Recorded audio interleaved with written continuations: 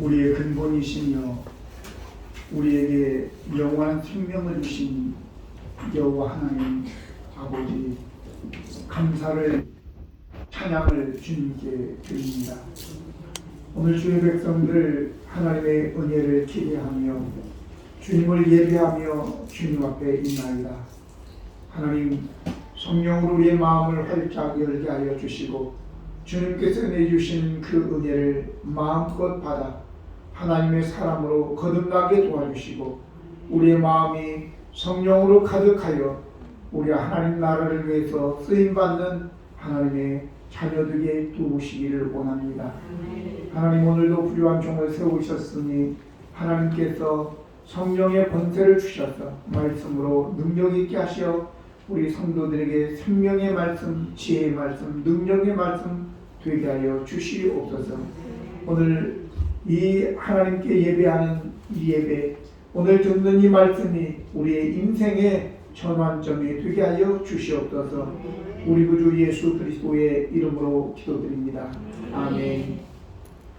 오늘 함께 나누실 하나님 말씀, 출애굽기 30장 17절로 21절입니다.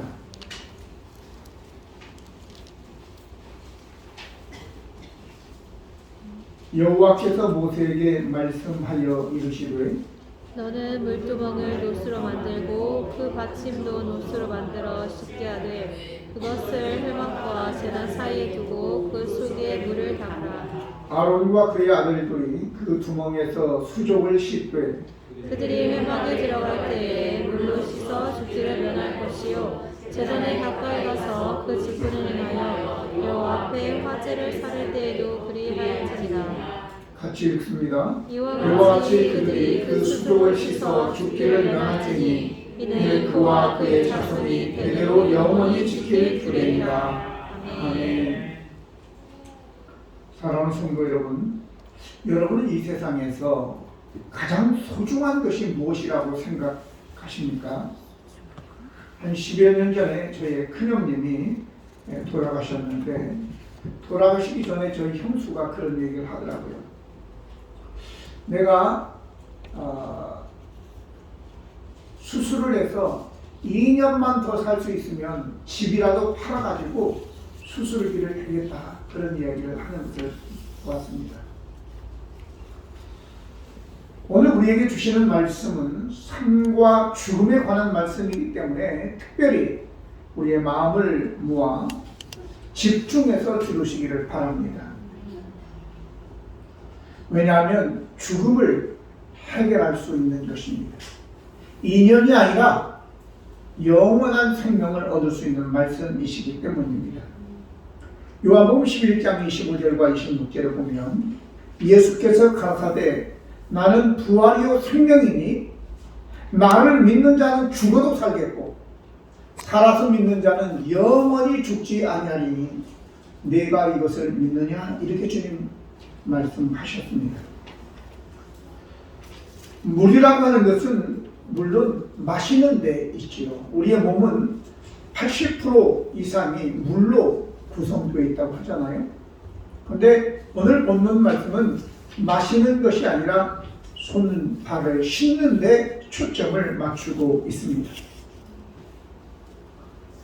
근데 특이한 것은 이 물두멍을 만들 때에 회막문에서 수종드는 여인들의 손거울로 사용된 놋을 가지고 만들어라, 이렇게 오늘 본문에는 없는데 출애굽기 38장 8절에 가면 그 내용이 기록되어 있습니다. 그가 놋으로 물통을 만들고 그 받침도 놋으로 하였으니 곧 회막문에서 수종드는 여인들의 거울로 만들었더라, 그렇게 얘기합니다. 그러면 먼저 물두멍을 만들려고 한 이유는 무엇이겠습니까? 18절에 보면 다시 너는 물두멍을 놋으로 만들고 그 받침도 놋으로 만들어 쉽게 하되 그것을 회막과 제단 사이에 두고 그 속에 물을 담으라, 이렇게 말씀하였습니다. 물두멍이라고 하는 것은 키오르라고 하는 말로서 난로, 아궁이, 화로, 이런 내용입니다. 뭔가를 담는 것을 얘기하죠. 그러니까 이것은 넓적한 물통이다 라는 의미입니다. 물론 이곳에는 물을 담아두고 제사장들이 짐승을 잡고 또 밖에서 생활하다가 들어와서 손발에 더러워진 것들을 씻고 그리고 난 다음에 성소에 들어가 이제 봉사를 하든지 아니면 또 번제를 들든지 이런 일들을 감당하도록 한 것입니다. 그런데 서론에서 말씀드린 바와 같이 회막문에서 봉사하는 여인들의 거울을 사용해서 만들라고 하였습니다. 바로 여인들이 사용하는 거울이 맑은 노수로 되어 있어서 거울로 사용했기 때문입니다. 그때 당시는 수은이라는 것이 없어서 지금 우리가 보는 거울이 아니에요. 노수를 망치로 이렇게 잘 쳐서 그걸 갈아서 그리고 빛나게 해서 그리고 그 노스를 거울 삼아 여인들이 사용했기 때문인 것입니다. 이처럼 제사장들은 성소에 들어가 아니면 번제를 드리기 전에 자기 자신의 얼굴이나 손발을 이제 거기에 비춰보면서 오염된 것들을 잘 물로 씻고 난 다음에 그리고 회막에 들어가든지 아니면 화제를 드리든지 그런 봉사일을 하게 한 것입니다. 오늘 이 노수로 만든 거울은 성경에는 적시는 되지 않았지만 출애굽기 10장 35절로 36절 보면 이스라엘 자손이 모세의 말대로 하여 애굽 사람에게 은금 폐물과 의복을 구하매 여호와께서 애굽 사람에게 이스라엘 백성에게 은혜를 입히게 하사 그들이 구하는 대로 주게 하심으로 그들이 애굽 사람의 물품을 취하였다라는 그 내용을 배경으로 해서 보면 여기에 거울, 놋거울은 나오지 않았어요. 그러나 거기에 보면 애굽 사람에게 은금 폐물과 의복을 구하는 대로 다 주었다 이런 내용을 볼 때에 거기에 놋으로 만든 거울들을 그들이 구하였다고 볼 수 있는 것입니다. 그래서 거울을 모두 걷어서 물동을 만드는 데 사용한 것이죠. 우리가 신앙생활 하는 데 있어서 어떤 것들은 그것들이 우리의 신앙생활에 유익을 줄 수 있고 또 어떤 것들은 오히려 우리에게 방해가 되는 요소가 될 수도 있다는 것입니다. 여인들에게 거울이라고 하는 것은 아주 귀한 것이지요. 근데 그것도 어떤 여인들은 자기를 단장하게 하기 위해서 사용하는 사람들이 있는 반면에 이 거울을 가지고 자기를 모양을 내려고 사치하기 위해서 사용하기도 한다 그 말이죠. 그래서 어떤 사람들은 뭐 거울 앞에 한 2시간씩 앉아있는 사람들 너무 과하지 않아요? 제가 직접 본 건 아닌데 옛날에 그런 얘기가 있었어요. 저 시골에 사는 이제 나무꾼을 하는 젊은이가 있었는데 결혼을 해서 처자와 함께 살면서 나무집을 지고 장에 팔아서 오늘은 내가 우리 아들을 위해서 아주 멋진 선물을 하나 해야지 이렇게 생각을 하고 선물을 뭐가 좋을까? 이게 좋겠다. 그리고 자기도 처음 보는 건데 여인들이 자꾸 구경을 하니까 자기도 보니까 거울이에요.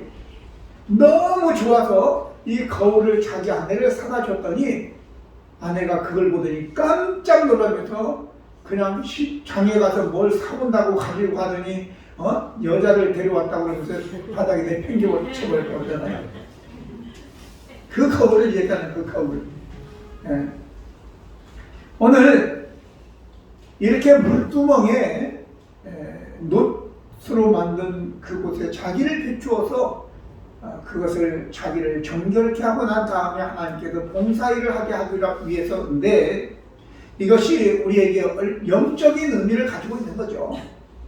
사실 이 물이라고 하는 것은 성경의 두 가지를 상징하죠. 하나는 말씀, 하나는 성령을 상징합니다.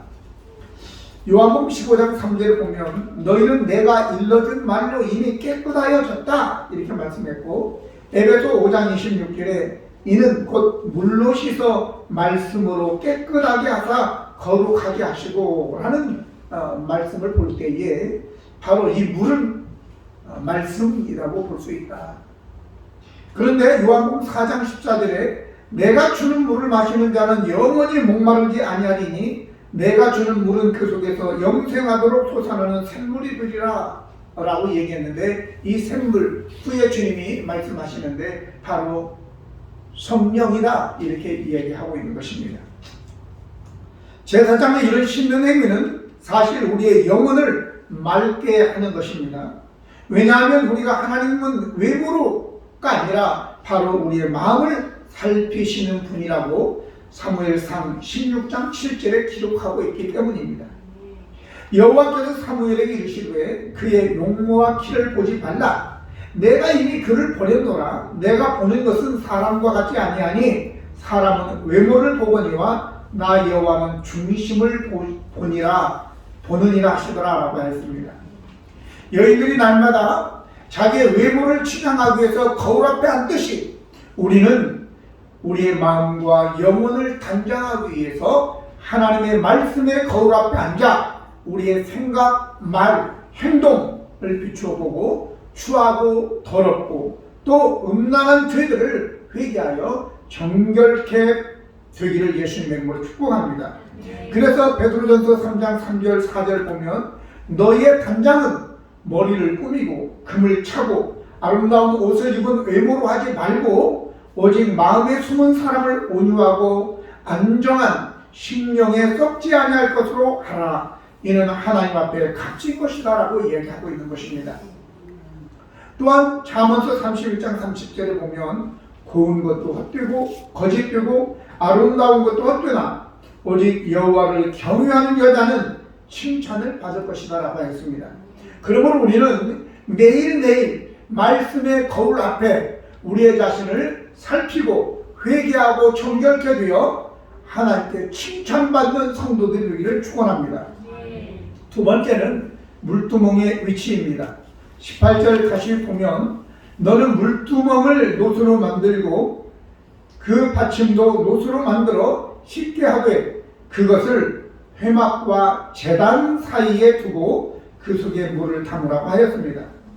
물두멍은 회막과 번제단 사이에 위치하고 있습니다. 회막은 하나님과 하나님의 임재가 있는 곳입니다. 이는 우리 신앙생활에 있어서 가장 중요한 교훈을 주고 있지요. 제사장들이 성소에 들어가기 전에 손발에 묻은 오물을 먼저 씻어 정결하게 해야 된다라고 하는 것입니다.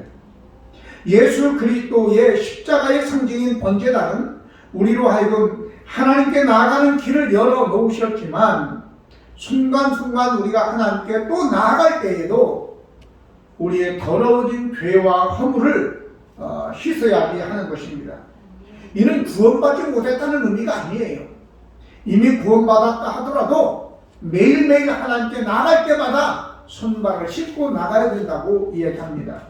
요한복음 13장 10절에 예수께서 이르시되 이미 목욕한 자는 발밖에 씻을 필요가 없느니라 온몸이 깨끗하니라 너희가 깨끗하나 다는 아니다 라고 가룟 유다 때문에 이 말씀을 드렸는데 우리가 예수님을 믿고 구원을 받아 하나님의 자녀가 되었다 하더라도 매일매일 보고 듣고 말하고 한 것들이 다 죄악들임을 우리는 알아야 되죠. 그러니 날마다 우리 자신을 돌아보고 회개해야 됩니다. 우리가 손을 그냥 씻을 때는 괜찮은데 오늘 특별히 내가 더러운 것을 만진 적도 없고 내 손을 봐도 뭐 더러운 것이 없는데 비누를 사용해서 손을 씻으면 뭐가 나와요? 때. 때는 아니고 구정물이 나오죠. 구정물이 그렇죠? 예, 비눗물을 사용하면 구정물이 나와요. 이상해요. 내가 특별히 뭘 만진 게 없는데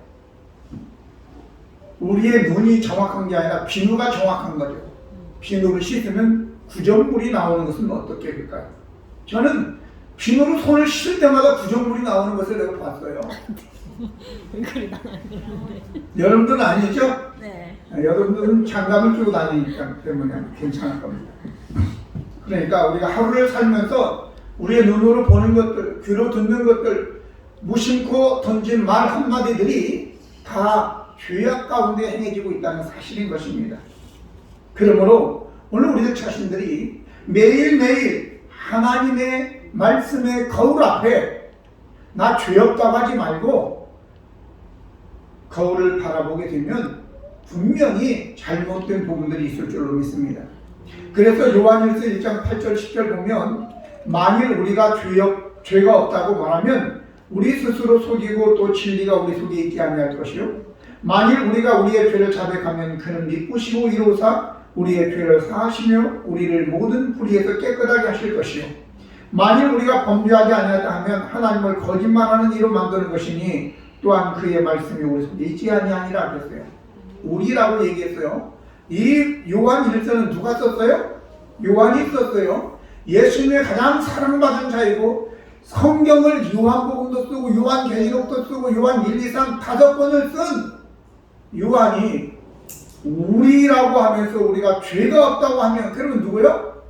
요한도 죄가 있는 거예요. 그러면 저와 여러분 얼마나 죄가 있겠어요? 그러니까 죄가 없다고 하면 뭐라고 한다고요?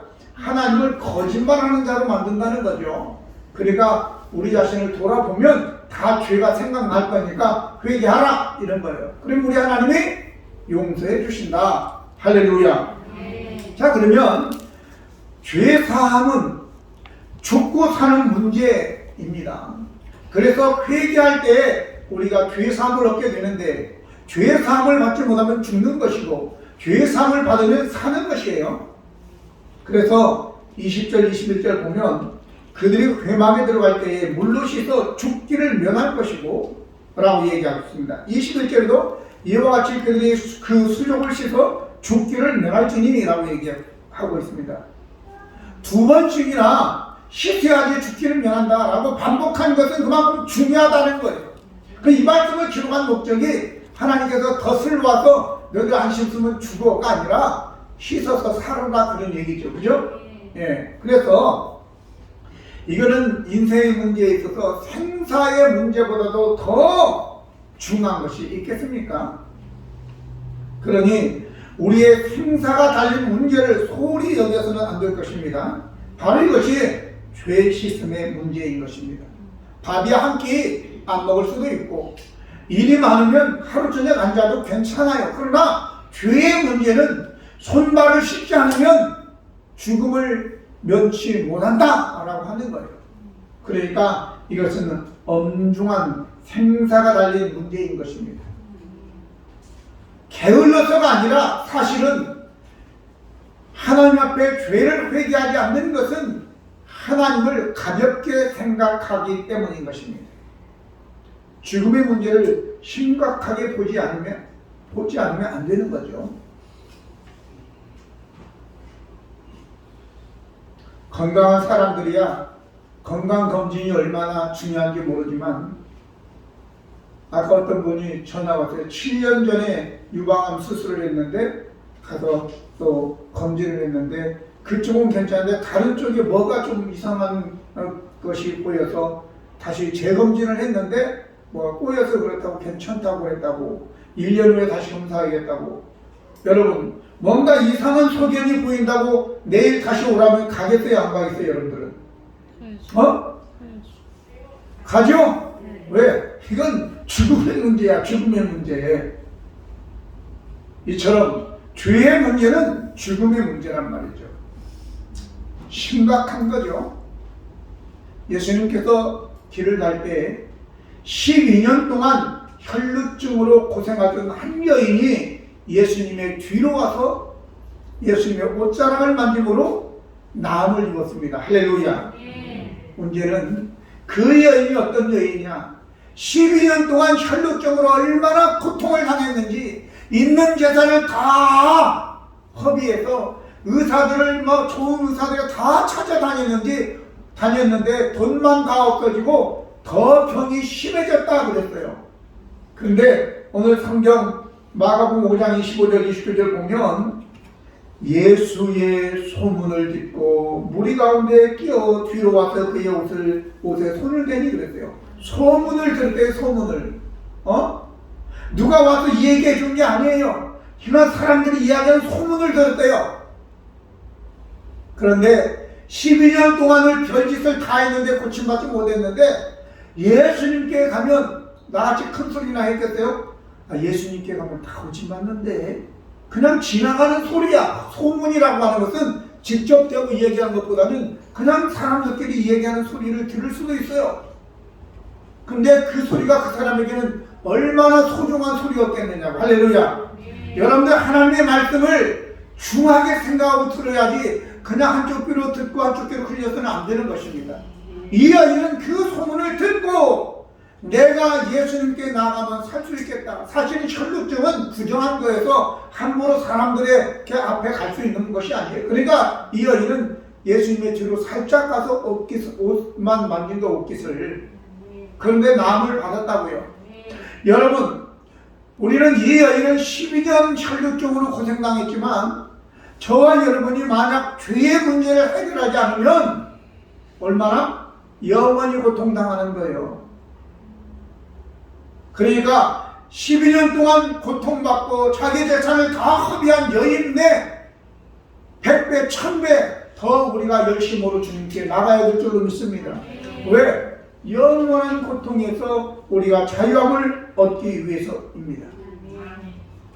예수님의 십자가의 보혈로 우리가 나아갈 때 우리의 죄 씻음을 받게 될 줄로 믿습니다. 그래서 찬송가 250장에 보면 구주의 십자가 보혈로 죄 씻음 받기를 원하네. 찬송합시다, 찬송합시다. 이렇게 나가는 겁니다. 오늘 예수님께 나가게 되면 누군가는 한 번은 다 하나님 앞에 서야 돼요. 한 번 죽는 것은 정한 것이고 후에는 심판이 있다고 얘기했는데 다 하나님 앞에 서야 되는데 어떤 사람은 영벌에, 어떤 사람은 영생에 거하게 된단 말이죠. 죄의 문제를 해결한 사람은 영생에, 죄의 문제를 해결받지 못한 사람은 영벌에 처하게 되어지는 것입니다. 그래서 우리가 예수 그리스도의 보혈로 죄 씻음을 받게 된 자는 영생에 우리가 영생을 누리게 될 줄로 믿습니다. 베드로전서 2장 9절에 보면 그러나 너희는 택하신 족속이요 왕같은 세상들이요 거룩한 나라요 그의 소유된 백성이다 이랬어요. 누구냐? 바로 예수 그리스도의 보혈로 씻음받은 죄 사함 받은 자들인 것입니다. 마지막으로 누구나 예수님께 나가면 죄 사함을 받고 영생할 수 있는 거죠.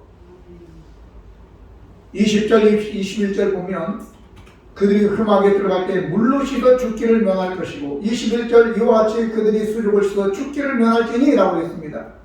로마서 6장 23절에 죄의 삭은 사망이고 하나님의 은사는 그리스도 예수 안에 있는 영생이니라 했습니다. 그러니까 죄의 결과는 사망이라고. 결국 우리가 죽게 된 것, 영벌에 처해지는 것이 바로 죄 때문에 그렇다. 그런데 하나님께서 우리에게 은사로, 선물로 영생을 주시는데 그리스도 안에서 주시는 것입니다. 그리스도 안에서. 여호와께서 물두멍을 만드신 목적이 무엇이겠습니까? 여호와께서 물두멍을 만드신 문제는 걸림돌을 놔서 너 여기에 손 씻지 않고 발 씻지 않으면 죽어. 그러기 위해서 놓은 게 아니잖아요. 그렇죠? 손을 씻고 발을 씻어서 살으라고 놓은 거예요? 아니면 안 씻으면 죽는다요? 살으라고 한 거죠. 근데 사람들이 좀 꼬인 사람들은요, 아, 하나님도 그냥 살려주면 안 돼? 뭘 그냥 살려주기는.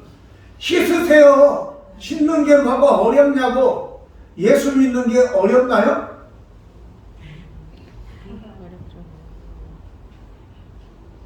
얼마나 예수 믿는 게 쉬운지 아시는가요? 왜 웃어요? 아닌 거요? 자, 이스라엘 백성들이 모세와 하나님을 원망하다가 하나님께서 불뱀, 독사를 보내서 광야에서 저들을 물었어요. 팅팅 부어서 지금 너무 고통스러운 가운데 죽어가니까 모세가 하나님께 기도하였어요. 하나님 살려주세요. 아 그래? 그러면 내가 살려주겠다. 그러니까 놋뱀을 만들어서 장대 높이 다르라. 누구든지 그 놋뱀을 바라보면 살 것이다. 치유받을 것이다. 그랬어요. 그러면 아무리 고통스러워도 놋뱀을 바라보라. 그래서 놋뱀을 바라보는 게 쉬워요? 어려워요? 쉬워요. 쉬워요? 어려워요? 쉬워요. 이처럼 예수 믿는 것은 쉬워요? 어려워요? 쉬워요. 쉬워요. 그럼 왜 안 쳐다보는 거예요? 자존심 아니면 의심 때문에 그런 거예요. 그것 바라본다고 살게 산다면 아예 불뱀을 보내지를 말든지 이렇게 또 걸어. 왜 물게 할 때는 뭐 약 주고 병 주고 약 주고 병 주고 약 준다고 그러면서 자존심 때문에 안 쳐다보고 그냥 죽어. 누구 잘못이야? 그냥 쉽게 생각하세요. 예수 믿는 거 쉬워요? 어려워요? 쉬워요. 쉬워요. 자존심 내려놓으면 되는 거예요.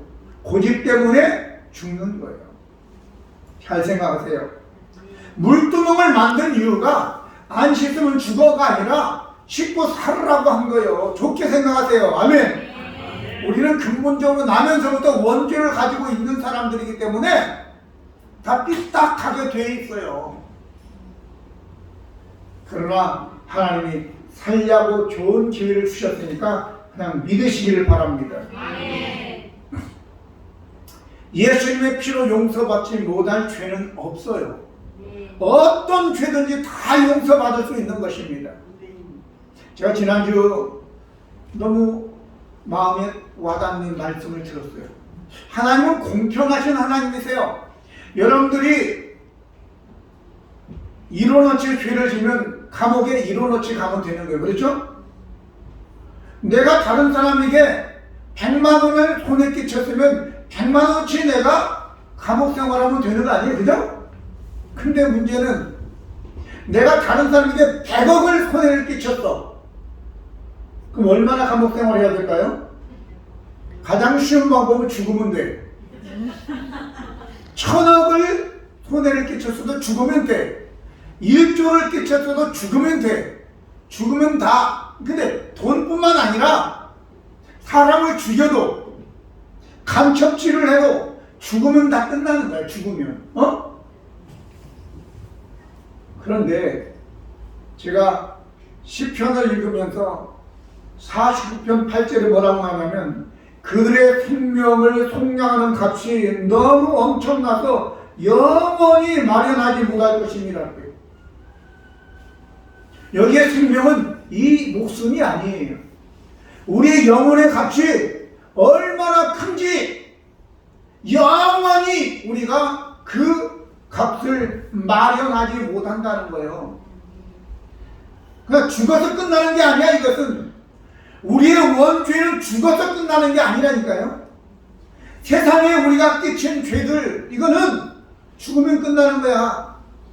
근데 우리의 영혼은 죽어서 끝나는 게 아니라니까요.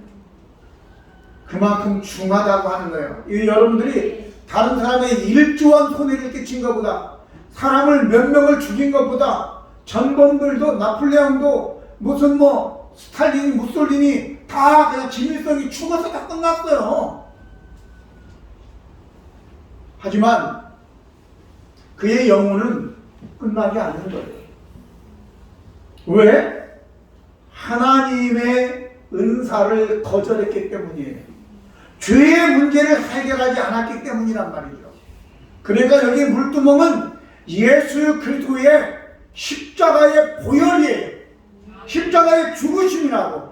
어떤 큰 죄도 기밀성이도 그 앞에 가서 회개하면 구원받아. 근데 내가 이 말씀을 준비하면서 좀 그렇네. 예를 들어서 어떤 분이 5명의 아들을 다 죽이고 너무 허무할 거 아니에요. 그죠? 근데 그놈은 감옥에서 예수 믿고 구원받았어. 그건 좀 미안하죠. 저분에게는 좀 미안하지만 어떻겠어요. 그래도 구원받을 수 있어요? 없어요? 5명을 그냥 생자 같은 5명의 자녀를 죽인 놈이 예수 믿으면 구원받을 수 있어요? 없어요? 그 부모의 입장에서 얘기해 보세요. 구원받을 수 있겠어요? 없겠어요? 없어야 되겠죠. 그렇죠? 그런데 예수 믿으면 구원받는 거죠. 어떤 죄도 용서받지 못할 죄는 없는 거예요. 예수만 믿으면 예수 그리스도의 십자가의 보혈 앞에서는 다 용서받을 수 있단 말이죠. 그것을 거절한 하나님의 그 은사 선물을 거절한 사람이 영벌에 처해지는 거예요. 그러니 오늘 저와 여러분, 여기 앉은 여러분 중에 한 사람도 그 죄의 문제를 그냥 안고 죽지 말고 예수님께 십자가 앞에 내려놓고 믿으시고 구원의 백성으로 하나님을 만나기를 예수님의 이름으로 축복합니다. 이 물두멍은 바로 예수 그리스도의 십자가의 보혈이라는 사실을 우리가 알고 우리를 죽이기 위해서가 아니라 우리를 살리기 위해서 그 물두멍을 주셨다는 것을 아시고 부끄럽지만 염치 없지만 주님께 나아가 우리의 죄를 자백하면 그는 미쁘시고 의로우셔서 우리의 죄를 깨끗게 하셔서 하나님 앞에 설 때에 영생으로 인도해 주실 줄로 믿습니다. 기도하시겠습니다. 거룩하시고 은혜로우신 하나님 우리 아버지, 우리에게 물두멍을 허락하신 주님을 찬양합니다. 예수님께서 십자가에서 우리를 위하여 대신 고통당하시고 피를 흘려주신 그 피가 바로 우리의 영원한 물두멍임을 믿습니다.